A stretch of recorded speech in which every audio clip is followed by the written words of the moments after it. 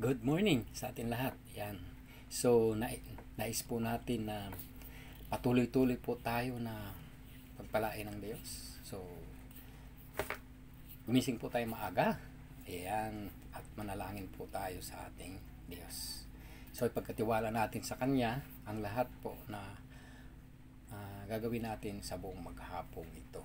So, ganun po. Palagi ang ating mindsetting dapat para maganda po ang resulta sa ating buong maghapon. So, pinagtatagumpay po tayo ng Diyos kapag nagagampanan natin yung ating ginagawa sa buong maghapon. Sapagkat siya po ang ating Diyos. Kung tayo po ay mayroong tunay na pananampalataya sa Kanya, ay ang ating tungkulin ay palagi natin i-focus ang ating paningin sa Kanya.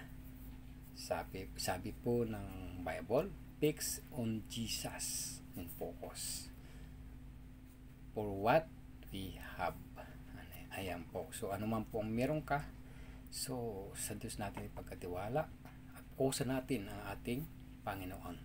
Sapagkat siya po ang lahat sa atin. So, anuman pong bagay ay dapat po ipagkatiwala natin sa ating Panginoong Hesus.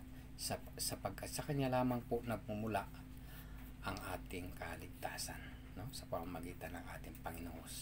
Kaya nga po ang sabi po sa Acts 4:12 or Gawa 4:12 na kay Jesucristo lamang matatagpuan ang kaligtasan, sapagkat sa silong ng langit sa Kanya lamang ibinigay sa ikaliligtas ng tao. So, ibig sabihin, all of us for our life, sa Kanya po natin ibigay ang mga bagay. Ialay natin at patuloy po natin na sundin ang Kanyang kalooban. Ano po?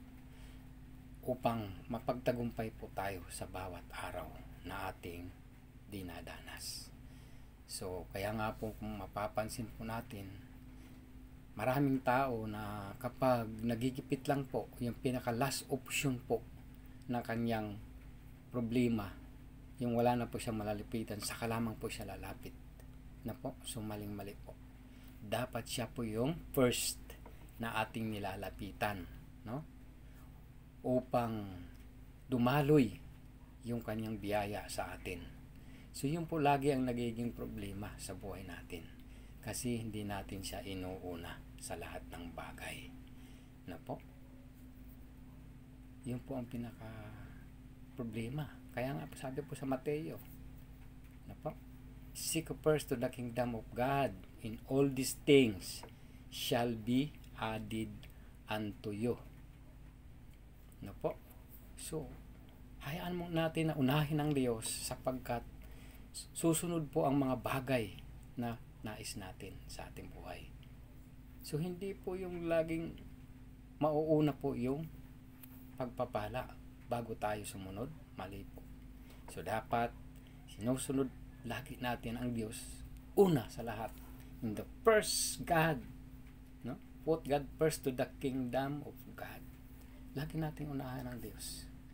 Tiyak po na ang tagumpay natin ay lagi natin makukuha. Ano po? So, ayun po.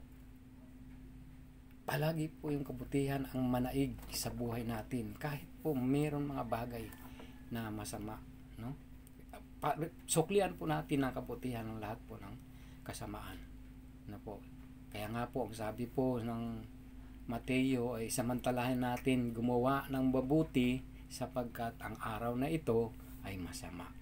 So, lagi natin maipakita ang kabutihan. Show the goodness of God. So, ayun po ang pinakananais ng Diyos. Upang mapagtagumpay po tayo. Tayong mayroong tunay na pananampalataya sa ating Panginoong Jesus. So, ngayong umaga, God bless you po sa ating lahat. So, enjoy lang po natin ang ating work kahit po ay medyo hindi pa po mabuti ang panahon. But anyway, ingat po tayo sa ating pagbabiyahe. Ayan, sapagkat medyo yan nga po, hindi pa gaano maganda ang panahon. So ayan po, sa lahat ng bagay ay ibigay natin sa Panginoon. God bless to all.